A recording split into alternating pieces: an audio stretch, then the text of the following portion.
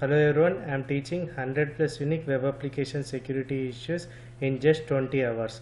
With this course you can apply for security testing jobs or you can do bug bounty from home.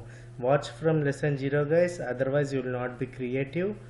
Search in YouTube Uday Datrak bug bounty. This is a separate playlist to learn in 20 hours.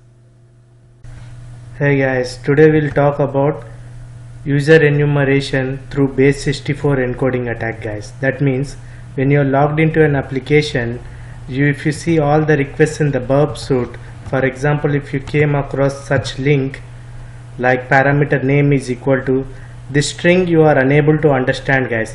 Most of the base 64 encoding will ends with double equal to guys. That means this particular parameter value is base 64 encoding, but most of the times for few base 64 encoding you can't see double equal to. So what you need to do is, for example, you need to copy this string and then go to the burp suite, here decoder, within the decoder you copy that string there and select decode as base 64. It is showing this particular string guys. That means in order to protect from some attacks they are using a weak encoding, but still you can bypass it now. Now you understood that your username is base 64 encoded.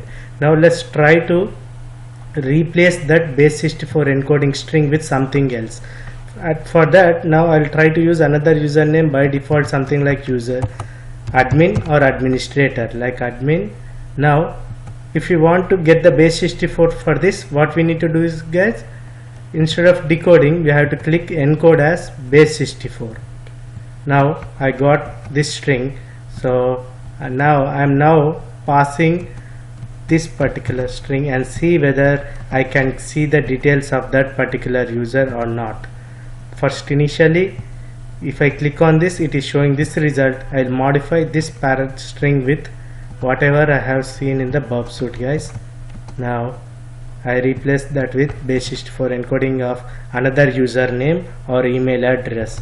Now I got the other user details are reflected back guys. So that means this application is vulnerable to user enumeration, which is weakly protected using base 64 encoding against user enumeration attacks guys. So if any application is using base 64 encoding, 100% chances you can bypass it. That's it guys. Thank you.